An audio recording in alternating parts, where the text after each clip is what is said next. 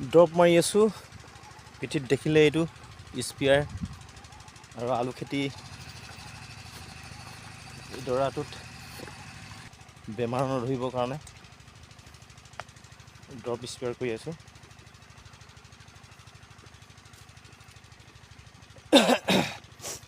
আমি খেতি কৰিব লাগিব। জাতি মেটি ভাটি গান গাই, যি শিল্পীসকলে গান গাই থাকে বা গীত সংগীত ৰচনা কৰে, তেওঁলোকৰ সংগীতসমূহ বাস্তৱত পৰিণত কৰিব লাগিব আমি। গতিকে সেয়েহে গান এটা আছে, কোনোবা এটা গানত কয়, মাটি বিনে অসহায় খেতিয়কৰ নিস্তাৰ নাই, দয়া কৰা দয়া চিলাই।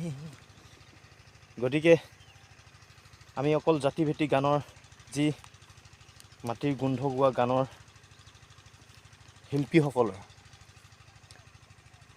গীতসমূহ বাস্তৱত পৰিণত কৰিব লাগিব। আমাৰ অসমীয়া জাতিসমূহ জীয়াই ৰাখিবলৈ আমি খেতিও কৰিব লাগিব। গতিকে খেতি, আমি আলু খেতি কৰিছোঁ।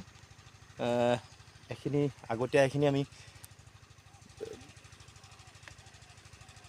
ফল তুলিলোঁ, গোটেইখিনি মানে ধৰক খান্দিলোঁ আৰু এতিয়া পাছতীয়াকৈ এইখিনি লগাই থৈছোঁ। গতিকে এইখিনি আমি কষ্ট কৰি বচাব লাগিব, ইয়াক ফচল উলিয়াব লাগিব।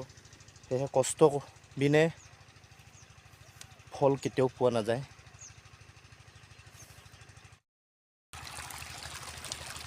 আলু পিনি দিছোঁ আৰু আলু যাতে গছবিলাক সবল হয়, মাটিটো শুকাই গৈছে আৰু এই বেমাৰ পৰিছিল, বেমাৰৰ পৰা এতিয়া অকণমান সজীৱ হৈছে আৰু ইয়াক গছখিনি সজীৱ কৰাইছোঁ। আৰু ক'লোৱে যে ৰিডেমেল গ'ল আৰু ইণ্ড্ৰফিল, এইটো দেখিলে ৰিডেমেল গ'ল আৰু ইণ্ড্ৰফিল মিক্স কৰি আছোঁ। মিক্স কৰি পিনে এতিয়া এই পানী দিয়াৰ পিছতে মই ইয়াত স্প্ৰে কৰিম। ধন্যবাদ থাকিল সকলোৱে, কমেণ্ট শ্বেয়াৰ লাইক কৰি দিব।